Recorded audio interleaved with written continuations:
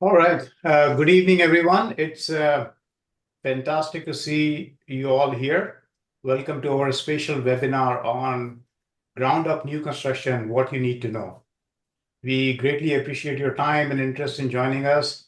I'm so excited about today's webinar.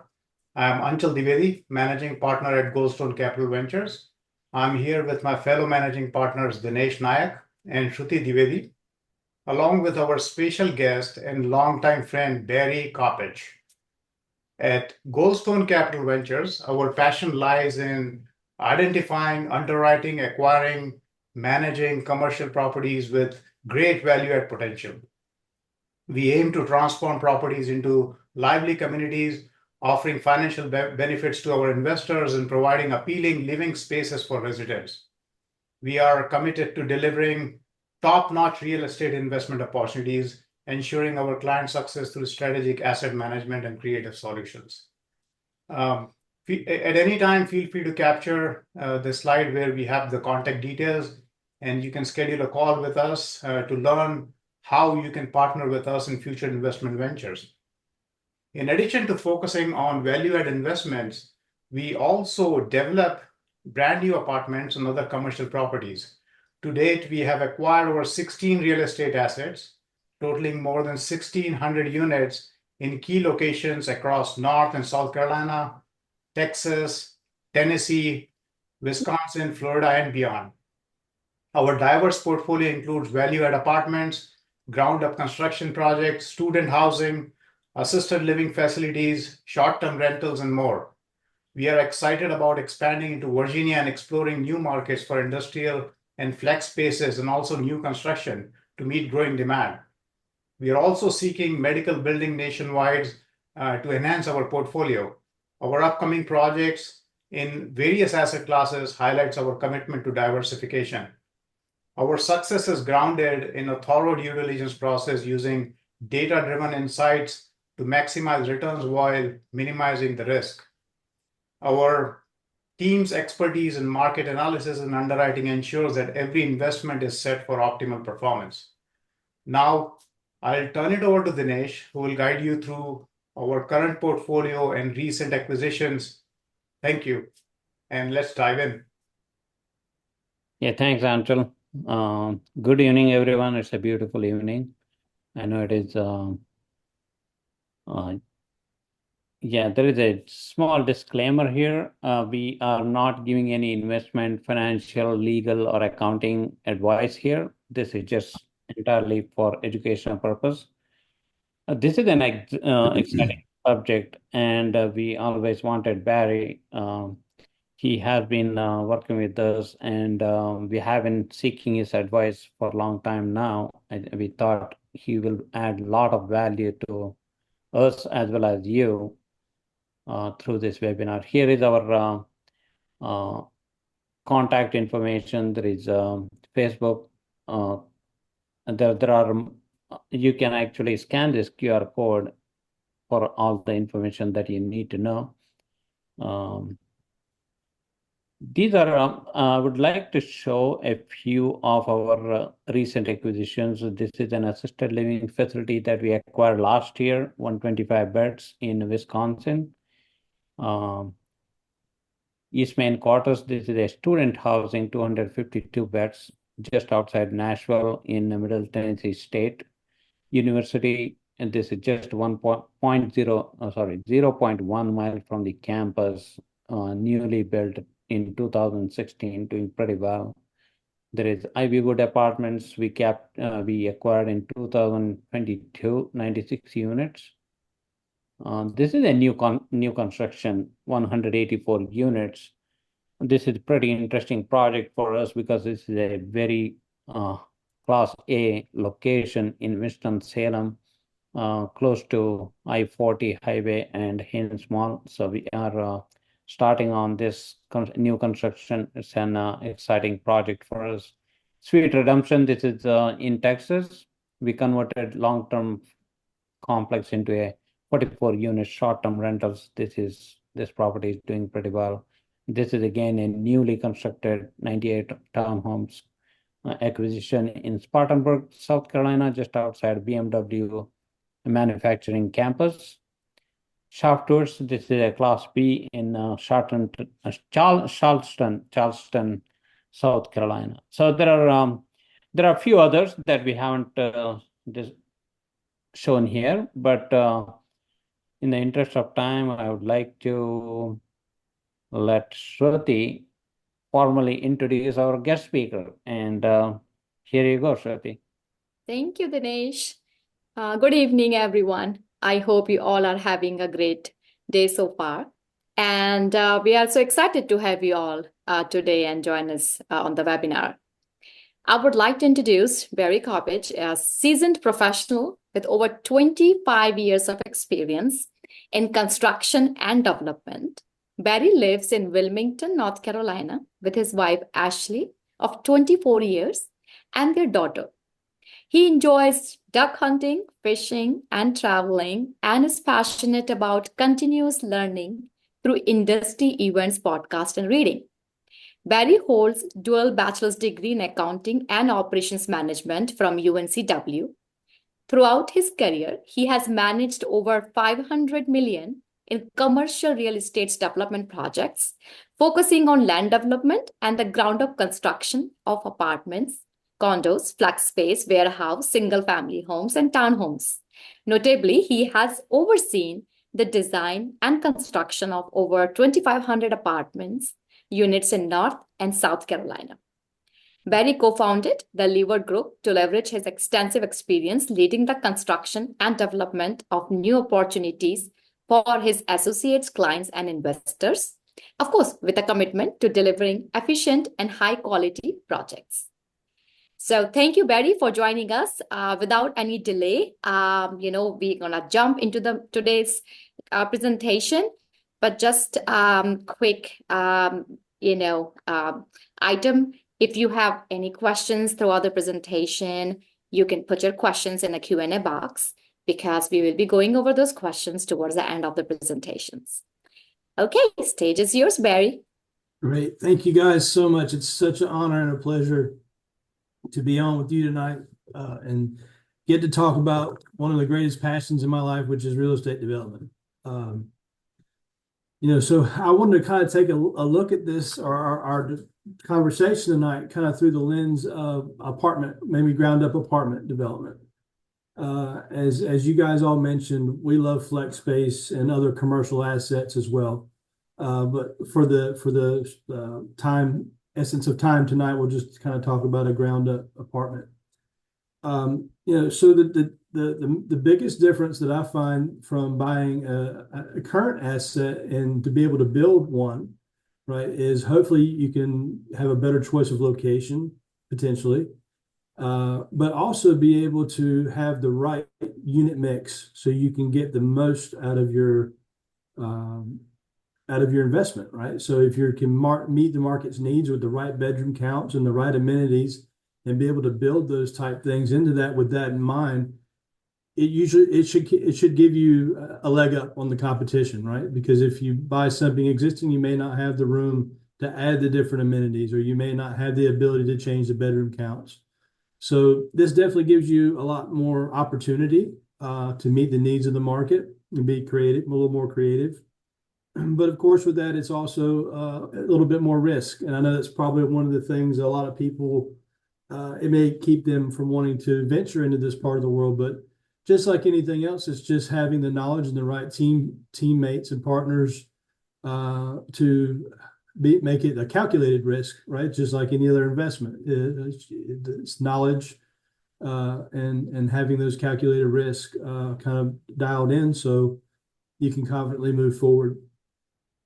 So I would start there with this is building the right team, right? You need to have, just like with any other asset class, you want to have the right lenders, the right property managers, and just your right partners, the right attorneys. All that makes the biggest difference. So before I would ever venture into doing one of these deals, I'd make sure that you had a pretty sound team pulled together. And then also kind of dialing into markets, with development, is kind of a longer play to where, but from the time that we identify a property to the time we turn it into a managing asset, it could be a matter of 3 years, right? So you really want to make sure that the market that you identify is correct, and you really want to be, you want to know that market pretty well.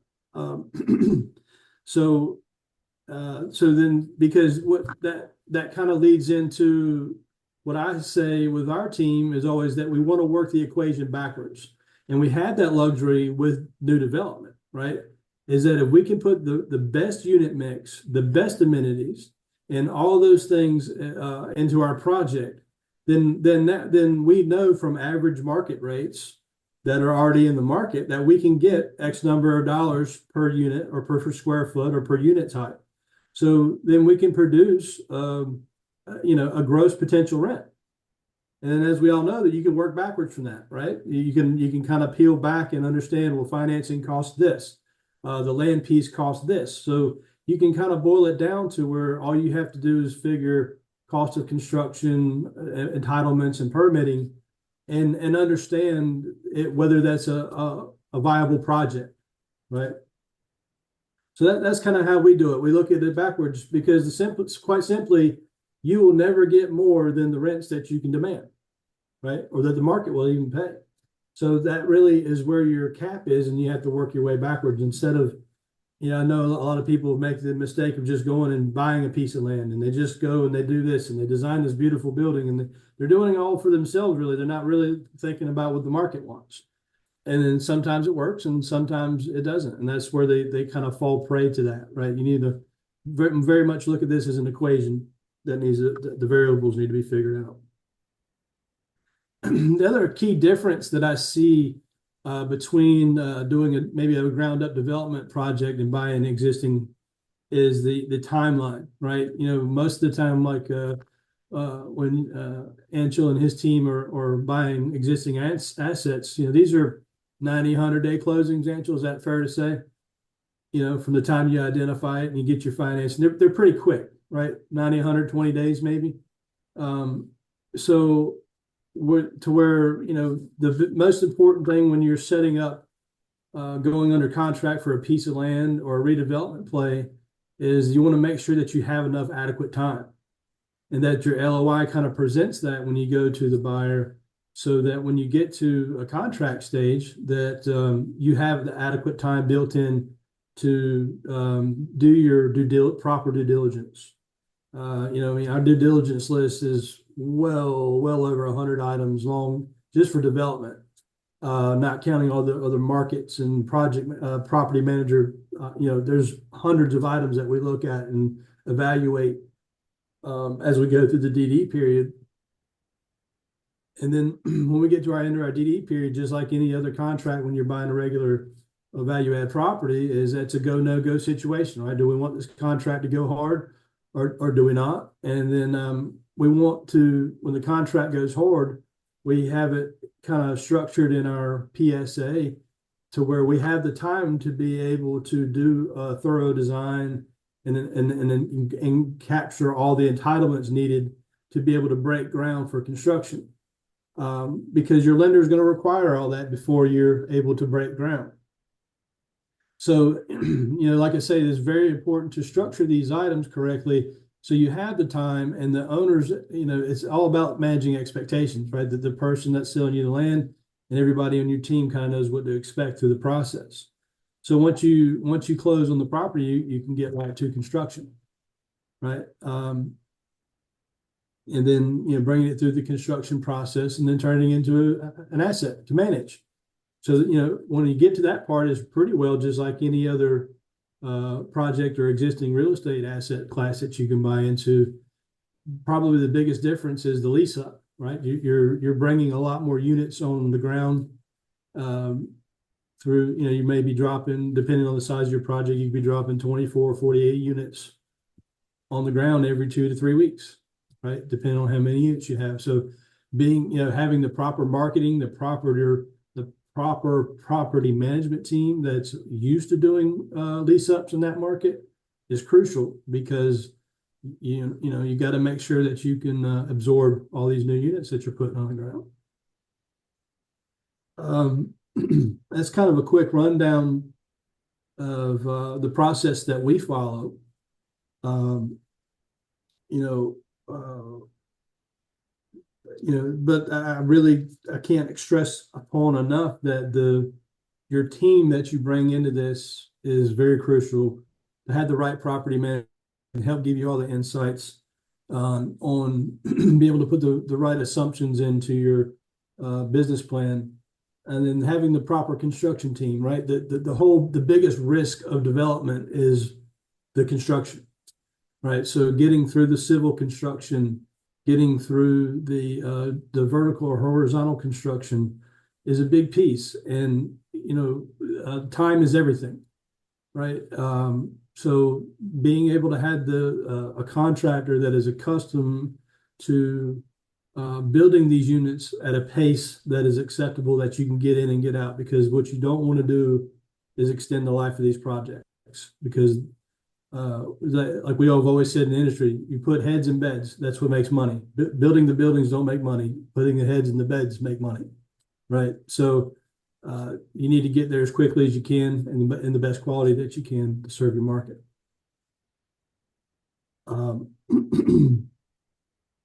That's kind of the quick rundown. I wanted to be able to kind of just paint that outline of a picture. So I wanted to make sure that we could answer any questions, and make sure we get you add value to the people that are paying attention here, that make sure we can get their questions answered.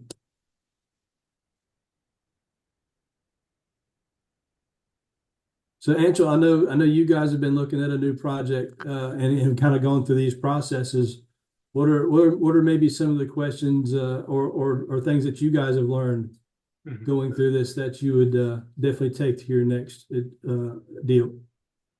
Yeah, Barry, if you can cover a little bit about, I think the due diligence is one aspect of the new construction, and then the rezoning and the site plan. Maybe you can cover a little bit of that process and how that works. Yeah, absolutely. So that's a great point. So when you're identifying a new opportunity, the path of least resistance is getting a piece of property that's zoned by right, which already gives you the capabilities to build an apartment building with X number of units per acre.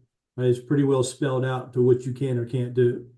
And in the case of a rezoning, it adds time to the process. So again, that's something to keep in mind when you go to write an LOI for a piece of property. If it's not properly zoned, then absolutely you got to have more time, and there's more of a process involved to get that property rezoned. And before I would try to tie up a piece of property, I think the best option would be to go to the town, understand who the planners are, understand who the decision makers are. You can ask them what their long-term vision, development vision are for certain corridors in certain parts of the city, to see if your idea is even a good fit there, right? Because the last thing you want to do when you're trying to get a property rezoned is fight the stream, right? You want to try to find the opportunity that's in a growth path that wants what it is that you want to build. It's very hard you don't want to go into the middle of an area that's not wanted, because it can be a bloody battle and cost you a lot of time and money. So understanding the marketplace, the location, preferable location, and then the desires and the requirements of the local municipality that you're going for this rezoning in. Another thing that I'd love to share with people, I think a good tidbit is, when you know that market and this is somewhere that you want to be, start watching their zoning meetings, right? Their planning meetings, their city council meetings, their county commissioner meetings. Try to watch those every month, as you're looking and doing your due diligence on where you want to be, so you can understand who the land planners that are presenting these projects and their success rate, right? I almost would guarantee you can go to any market in this country and watch these things enough, and you'll realize there's probably only 2 or 3 people that are regularly bringing projects in front of the board and that are getting very favorable results. Well, that would tell me immediately those are the people that I need to talk to when I want a project rezoned in that area. And then like I said, the other biggest thing with the rezoning is just knowing that you need time and having caveats in your contract for time extension, because that can be a very arduous process. It's a very iterative process, and depending on the municipality, depending on their desire to want to have these new developments, can majorly impact the timing of that. Yeah. Yeah, there are two things. One is people see the signs for land for sale, and it's in a great location. Now they'll be really excited. Okay, let me go ahead and buy something like this. So there'll be always that fear. Is this a right location? Can I really go and buy? And once you bought it, what is the next step? So there'll be, I think if you can explain a little bit there, probably. Yes, Probably yes. So yes, that's a great point too, Dinesh, is that I kind of look at it differently. I'm usually trying to look for more off-market opportunities, I think, as most of us are with any asset class. Yeah. But I'm looking at every county in the country, as far as I know, or a large majority of them have a GIS mapping system that I would get very familiar with. So if you're in a certain market, I'd find that mapping system. It'll tell you tax data. It'll tell you zoning data. It may even show you planned developments that are coming in the area. Depending on the municipality and how they populate, there can be a ton of great usable information on there. And then I would better target land like that, right?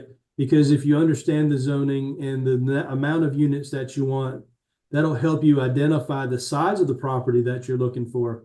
So you're not just going out looking for sale signs and hoping that this thing comes along. You really want to look at it again more from a design standpoint. Like, I'm looking for 5 acres, 10 acres, 15 acres, or parcels that can be combined to add up to these things. I'm looking at them in these zoning districts and almost really target the property instead of just looking at it as like a lottery on what's for sale currently on the market, right?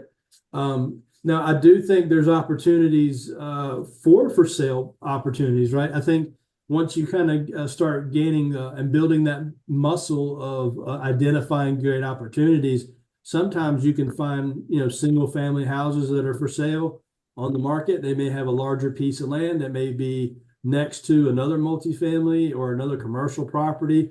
Sometimes those are probably kind of pre-primed for a rezoning opportunity, or they may be in that kind of lens of the city may be willing to rezone those things because they see the path of progression, right? So again, that's why I think it'd be very wise to go to the town and understand the path of progress, what they're wanting and what they're willing to do, so you can better target the opportunity. Yeah, also doing the feasibility study, I think is very, very important. That's in-depth analysis, to assess the viability of the project. So if you think single family homes are a great fit for certain land, it doesn't work that way. You need to examine certain factors like, what is this land suitable for? Are there any regulatory compliance or any other implications that can cause a potential risk when you go through the entire process as well? Yeah, no doubt. And, to touch upon feasibility studies, it depends on the asset class, right? Yeah, when you do a larger apartment project, the bank may want to see that. I know the feasibility studies are really big in storage, the storage asset class. That's just part of the package. That's mandatory. So yeah, what you want to do those things to help solidify your assumptions, right? But again, is knowing the right partner for that, making sure that person is an authority in your market in that asset class, because anybody can make a piece of paper say whatever they want it to say, right? And the other important thing that I found is that if you already kind of have a lender in mind, a lender or two in mind that you want to use for your project, is to make sure that those people are approved by your lender. Because I'm sure as you guys well know, you could spend $5,000, $10,000, $15,000, $30,000 for one of these studies, You want to make sure that they're approved, because if not, you're going to be paying somebody else another chunk of money for the same report, right? So that's a good point, Angela. But I would definitely want to know, again, building your team, who's your lenders, and then go ahead and ask them those questions. Look, if I bring you a multifamily build deal, or if I bring you this asset class that I want to develop, what does that package look like? What do I need to prove to you that this is a viable asset and that you're going to approve my loan? Right. So it's more than just the finances. These guys are going to check their boxes too, that you've got your permits and that you've got your feasibility studies and it's the proper zoning and all these things, right? That's all the information that you'll build upon in your due diligence phase. Absolutely.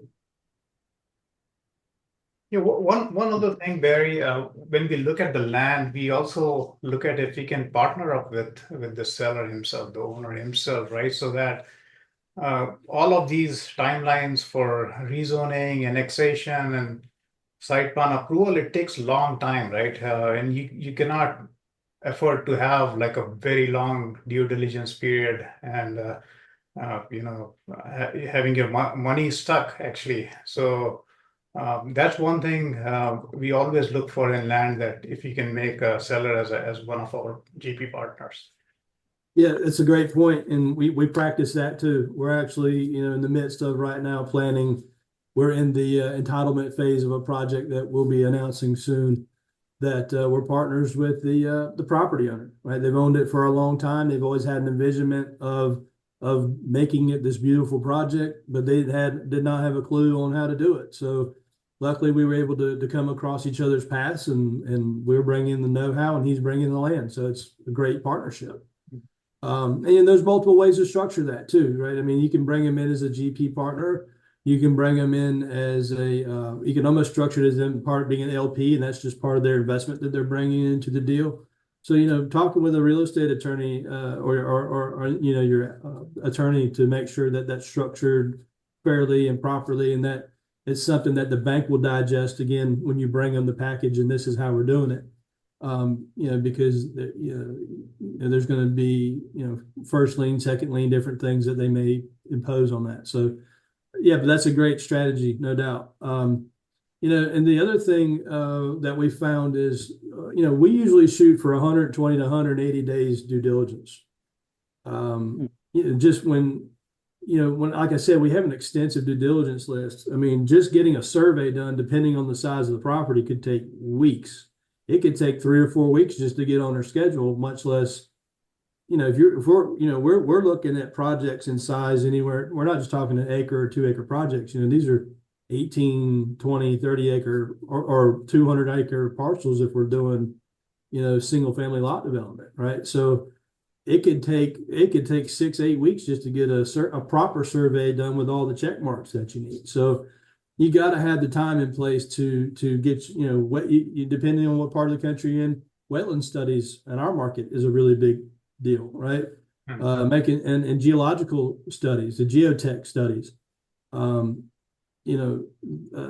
of these things are crucial to know that the land is viable to hold these things, or the usable acreage. You could have, it's not uncommon in our neck of the woods to buy a 200 acre property and only be able to use 50 acres of it because of the wetlands, or there's a creek running through it, or whatever, right? So again, it's understanding and learning these different things, and having the right team and the right engineers and the right your vendor base, your vendor partners, right? That's very important, because if you have a wetlands team that is new to the area or opened up a new office, I probably wouldn't want to deal with them. I want to know the guy that's been there for 20, 30 years that has walked most of the counties that you're doing business in, right? I mean, because these guys there's a small population. It's not like there's 15 or 20 of them in one market. There's only 3 or 4 in most markets. So, you want that local knowledge base is key, especially when you're doing due diligence, because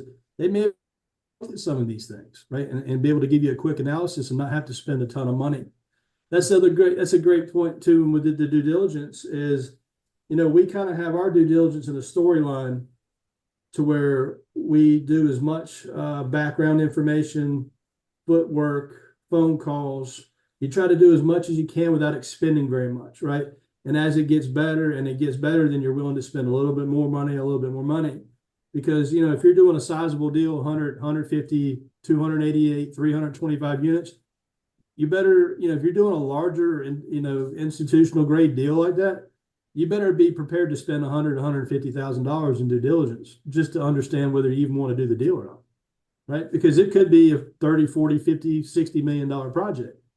Spending $100,000 is a drop in the bucket when you're looking at spending 50 million, right? So it's all relative. So even if you're doing just a little infill acre deal or 2 acre deal, it's all relative, right? You need to expect that you're going to spend some money to make sure it's a viable project and that you want to move forward.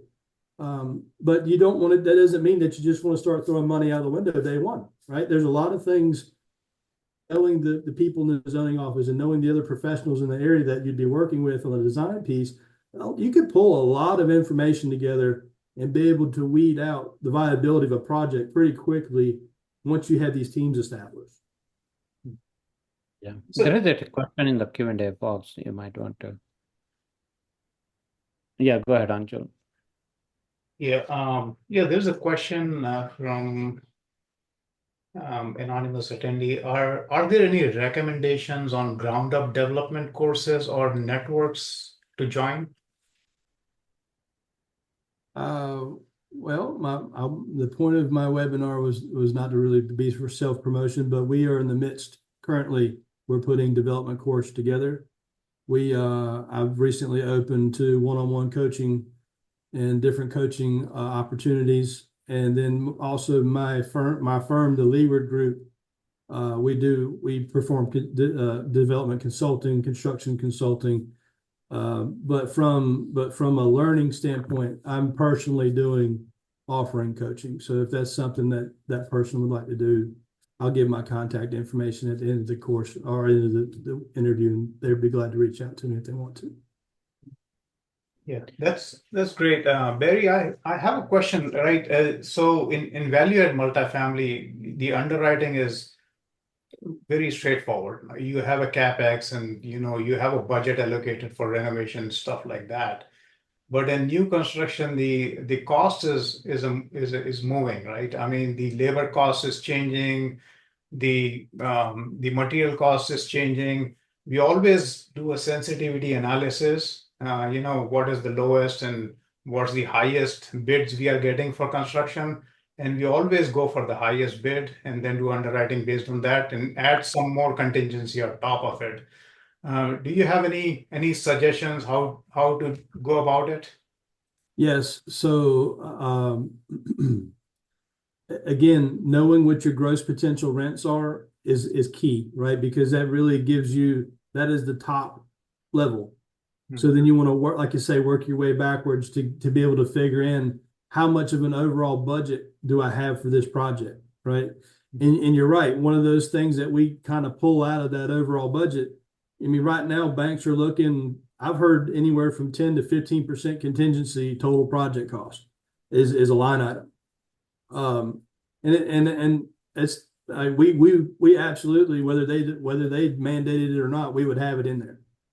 Because again, you never know what variable that you're going to uncover, whether it be in the ground or, we didn't see COVID coming, right? I mean, COVID, I felt like a day trader when COVID was going through, because like you said, all the variables were changing constantly, right? So it's like a year and a half of COVID was, man, my brain, you could see the smoke coming my ears out of a daily basis because we were always fighting variables all the time.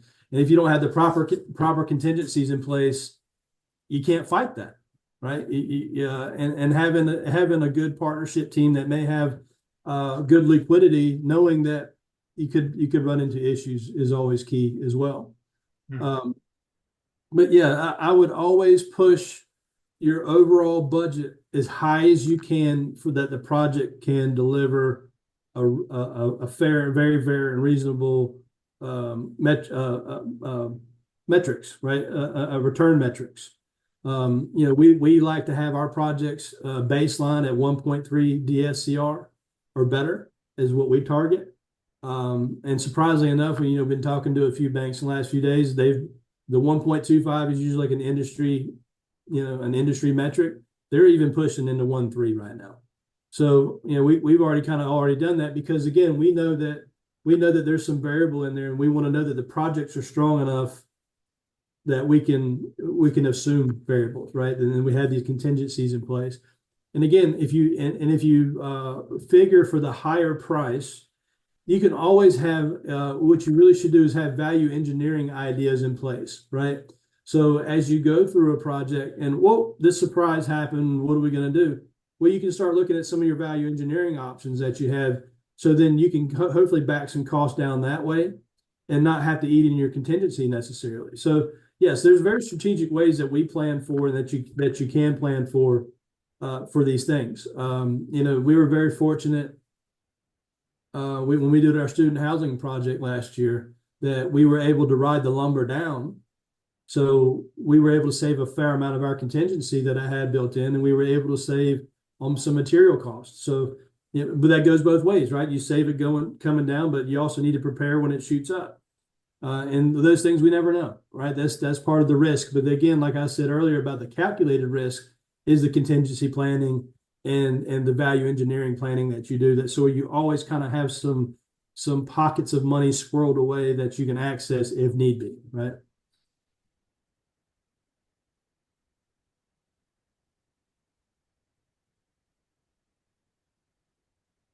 But I promise you, there's nothing better than when you can give your partnership team contingency money back. They really like that. Yeah. They really like that. There is another question. Have you done ground up development in areas outside your home base? Yes. So in my career, I've built primarily in North and South Carolina. I have built as far west in North Carolina as the Raleigh, Cary, west side of Raleigh. Several projects in Raleigh proper, Fayetteville, then pretty much the coast, south of Jacksonville, North Carolina, all the way down to Summerville, South Carolina, Myrtle Beach, but primarily in the Carolinas. The good thing is that that's where my sub base is. We feel very confident that we can build multifamily within North and South Carolina, right? And we have a sub base that is multifamily centric, which is very key and important to have that. You can't hire a general contractor that just has built some houses or even some townhouses and think you're going to go out there and build 100, 150, 200 units and do it efficiently, cost effectively, and in an timely manner. That's a very hard transition to make.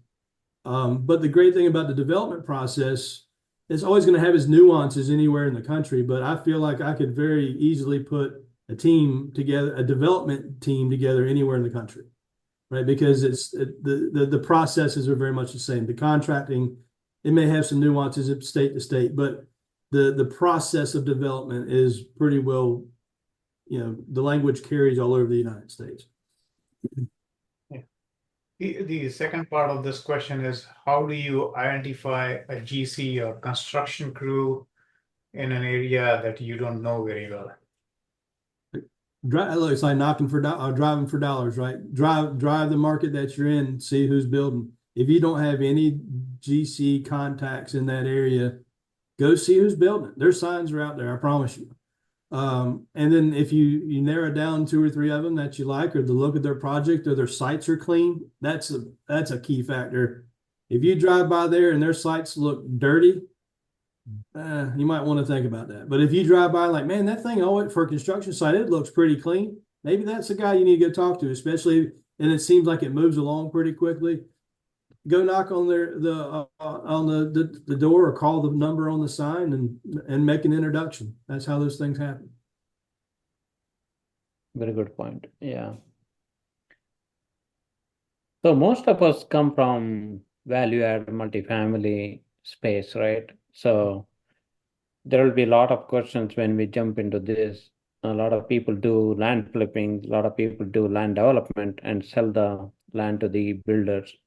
Some people want to build something and then lease it up, then sell.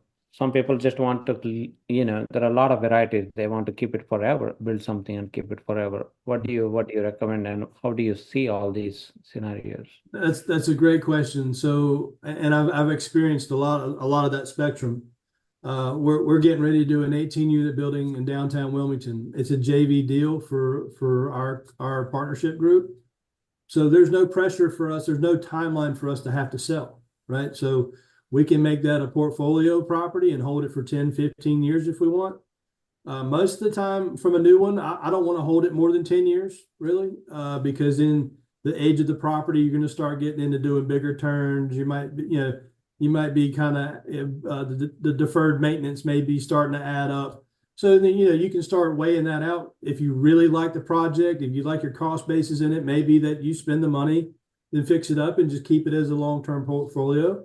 I think that's easier to do in a JV venture scenario. As you guys do, and I know we've done too. We've done syndication deals. A lot of times, your business plan is going to kind of push that to a 5-year window. So it really just depends on your financial structure, whether it's a JV partnership, if it's just you and maybe your one of your family members owns it, or if there's a syndication. That to me is what's going to drive it. And I think you need a mix of that, right? When I worked for the family office, we were what they would call a merchant builder. So what our business plan was is we identify the property, plan it, develop it, build it, turn it into an asset. And a year and 1 day after we CO'd the last building, it was sold, right? And they did that for capital gains treatment. You get after that year and 1 day triggers a long-term capital gain treatment. So that's why we would hold it for that. So it just really depends on what your vision or what your goal is for do you want the velocity of money? Do you want the cash flow? It's all these same things that we look at in value add, right? What makes you want to hold it longer or sell it quickly? It just depends on the asset and who's involved is I think the short answer to that.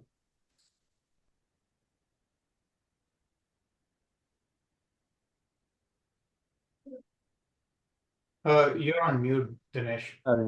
Thank you so much. What are you seeing in the market as far as the lending is concerned? Things have changed quite drastically in the last 2 years. Yes, sir, it has. And that's a great question. We are actually talking with the bank now, trying to wrap up some financing for this project and a couple of other upcoming ones. I would say my love is to deal with a regional bank. Regional banks are usually more adept to lend in a local market. That's their backyard. That's where they live. They understand it. Unfortunately, right now, a lot of local banks don't have the liquidity that they did a year and a half ago. We're finding that, a lot of their deposit holders, when the Silicon Bank, debacle happened about a year and a half ago, almost 2 years ago, a lot of people went to the big five, right? They went to Bank of America or Wells Fargo and started putting some of their deposits there.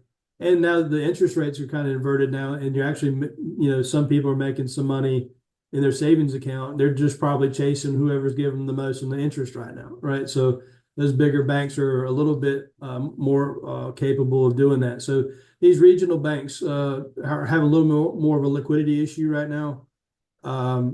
The loan, so the way that a loan works for development is usually a loan to cost ratio. I've seen it as great as 90% loan to cost. Right now, typical is usually like an 80% loan to cost.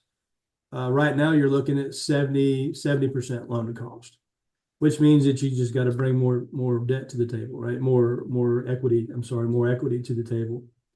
You need to make sure these projects are stronger. All right, that's why we say we kind of have a baseline of a 1.3 DSCR, because we know that's what it's going to have to take to in this market right now with the financing. We're seeing interest rates right now. I think a great interest rate right now for construction would be 8.5%. I'm hearing as high as 15%. So you got to have a pretty stout project to be able to pay 15% interest. So, so it's just a little bit tougher right now. And, there's different markets you can get outside your regional banks. And There's debt equity funds that are doing it, but again, you're going to be paying that 12-15% interest. But if you had the right project and it can weather the storm, then you can always refinance after you're stabilized and get the agency debt, right? And get some of this non-recourse agency debt, the longer term amortization debt once you get stabilized. Okay, great. Yeah. Yeah, if any of the attendees have any question, just please go ahead and ask. If you want to raise your hand and talk, that is fine too. There is a box. There is a question in the box. Yeah, do you like agency loans other than long time to close? Yeah, so we're actually looking at some Fannie Mac, Freddie Mac development loans right now, or getting more familiar with them, because I think it may, depending on how our interest rate environment continues, I think you're going to need more of that, right? And so getting familiar with those lenders and understanding the dynamics of those loans, they could take a year to close a loan. There's a lot of moving parts and pieces to that. If that's something that you're interested in, you very much need the right team to navigate that. That's not a novice loan. There's a lot of qualifications that you have to meet. The builder has to meet certain qualifications. And then the way the timing and the way things are structured is very key in order for some of those longer term things to kick in. Absolutely. Yeah, we have applied for HUD loan on one of our projects. It has a lot of requirements, including the GC has to have some kind of HUD experience, and it takes a long time. But once you get approved, you get really good amortization, like 35 to 40 years of amortization, low interest rate, good cash flow. So that's yeah, you can't beat the terms as long as you can weather, again, having your deal structured to where you can have the time to do that, right? And there's several different ways you can skin that cat, but from a timing standpoint. But yeah, there's no doubt it's the goal is worth it if you can just weather the storm to get there, for sure. Yeah. Okay. Great. Any other questions? Awesome. This is really educational even for me. So thank you so much, Barry. Yeah. Hey, I mean, like I say, I know you and I we talked about this when we talked about the interview. I could talk about this for days. I mean, we can unpack these pieces. It could we could talk about this for a year, right? I mean, there's just so much to talk about. That's why I love it, is because it is so dynamic and always ever changing. This does not get boring, I promise you. Yeah. So you can talk about it for days. Mm-hmm. Yeah, why don't you share your contact information with everyone? And a good email for me is barry@toothandnailinvestments.com.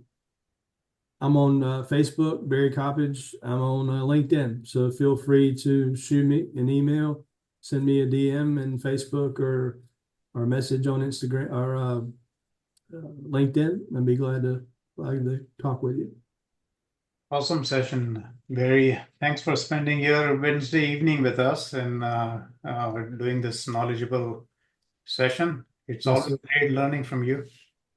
Well, it was a pleasure and my honor. It was great to see you guys, and I look forward to seeing you guys in September. Absolutely. Sounds good. All right. Let me type your email ID in the chat if somebody wants to. Yeah, and that's it. Well, guys, I really appreciate, like I said, it was an honor of mine to be able to speak on your webinar tonight, and I wish you nothing but the best of luck, and I look forward to seeing you soon. Yeah, we would love to have you again, maybe sometime. Yeah, look, if you want to, if once some folks have digest some of this information, if there's certain topics you want to dive deeper on, I'll be glad to prepare. We can talk about whether it just be the financing piece or design or DD, whatever you want to do. Exactly. Thank you so much again. You're welcome. Thanks, Barry. Thank you, Barry. Have a great evening. Thank you so much. Thank you. And thanks everyone for joining us. Thanks, everyone. All right. Good night. Bye-bye.